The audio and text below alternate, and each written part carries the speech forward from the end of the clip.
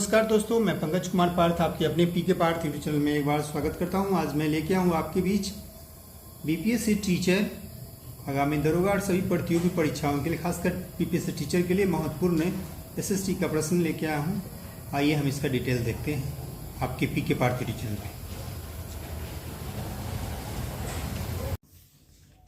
BPSC tier 2 यानी BPSC teacher जो है उसका सेकेंड फेज का जो आया है टीचर का सेकेंड फेज, उसके लिए सेकेंड फेज जो बहाली आई है उसके लिए महत्वपूर्ण 6 से 12 तक के लिए इंपॉर्टेंट क्वेश्चन सोशल साइंस का लेके आया हूँ। तो उसका महत्वपूर्ण क्वेश्चन है। आइए पहला क्वेश्चन है ऑस्ट्रिया, पूछा जा सकता है। ऑस्ट्रिया की बहुत महत्वपूर्ण है, पूछे जा सकते हैं। ऑस्ट्रिया की राजधानी क्या है? वियना है। अगला प्रश्न है 1815 में वियना सम्मेलन की मेजबानी ऑस्ट्रिया के चांसलर किसने किया था? तो मेटरनिख ने किया था। यानी पूछ सकता है ऑस्ट्रिया के चांसलर कौन था 1815 में? तो मेटरनिख।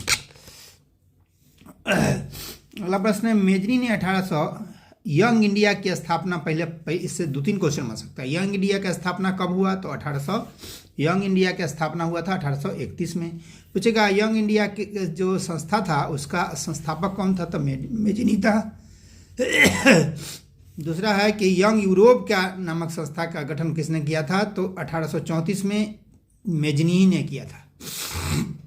तो मेजनी से 2 प्रश्न बन सकते हैं कि यंग यूरोप और इटली, यंग इटली किसने किया था? तो यंग इटली क्या 1831 में मेजनी ने, 1834 में यंग यूरोप का गठन किया। मेजनी क्या था? पेशे से एक साहित्यकार था, युग सेनापति था और गणतांत्रिक विचारों का समर्थक भी था। 1848 में इटली का प्रधानमंत्री किसको बनाया गया था? तो काउंट काबूर को। तो पूछ लिया काउंट काबूर कहाँ का प्रधानमंत्री था? तो इटली का। कई बार पूछे गए हैं। गैरिबाल्डी पेशे से क्या था? एक नाविक था। 1862 में विक्टर एमेनुएल को शासक बनाया गया था। कहाँ का? वास्तव में। और दक्षिण इटली बोस्निया को छोड़कर बाकी रियासतों का विलय रोम में हो गया 1862 में। 10 मई 1871 को फ्रैंकफर्ट की संधि हुई थी। और पूछ देगा फ्रैंकफर्ट की संधि किस लड़ाई के बाद हुई थी? तो सेडोन की लड़ाई के बाद फ्रैंकफर्ट की संधि हुई। फ्रैंकफर्ट की संधि हुई 10 मई 1871 को। और सेडोन का युद्ध हुआ था 19 जून 1870 को। इसमें फ्रांस की हार हुई थी। नेपोलियन बोनापार्ट तृतीय था। रक्त एवं लौ की नीति जर्मनी का चांसलर बिस्मार्क ने किया था। जर्मनी का संसद पूछ सकता है। इसका संसद जो होता है उसको क्या कहा जाता है? डाइट कहा जाता है। अब बिस्मार्क को iron man of the India भी कहा जाता है। ये बहुत महत्वपूर्ण है। रक्त लौ नीति को उसने दिया था, बिस्मार्क ने दिया था।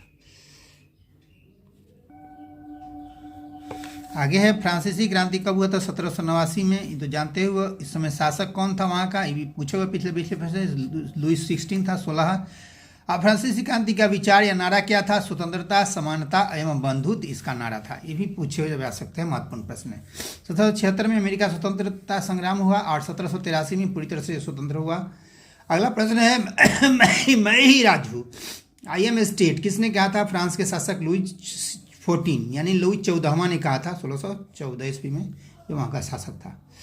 1688 में इंग्लैंड की महान क्रांति हुई इंग्लैंड में। इसको गौरवपूर्ण क्रांति या ग्लोरियस रिवॉल्यूशन भी कहा जाता है। 1794 में दास मुक्ति कानून आया था 1794 में। और 1848 में दास प्रथा का उन्मूलन फ्रांस की उपनिवेश से हुआ। तो ये था कुछ महत्वपूर्ण बीपीएससी टीचर के लिए बहुत महत्वपूर्ण प्रश्न। अब इसी के साथ हम आप सबसे इजाज़त लेते हैं। पीके पार्थ यूट्यूब से जुड़े रहे। लाइक सब्सक्राइब ज़्यादा से ज़्यादा शेयर करें। धन्यवाद।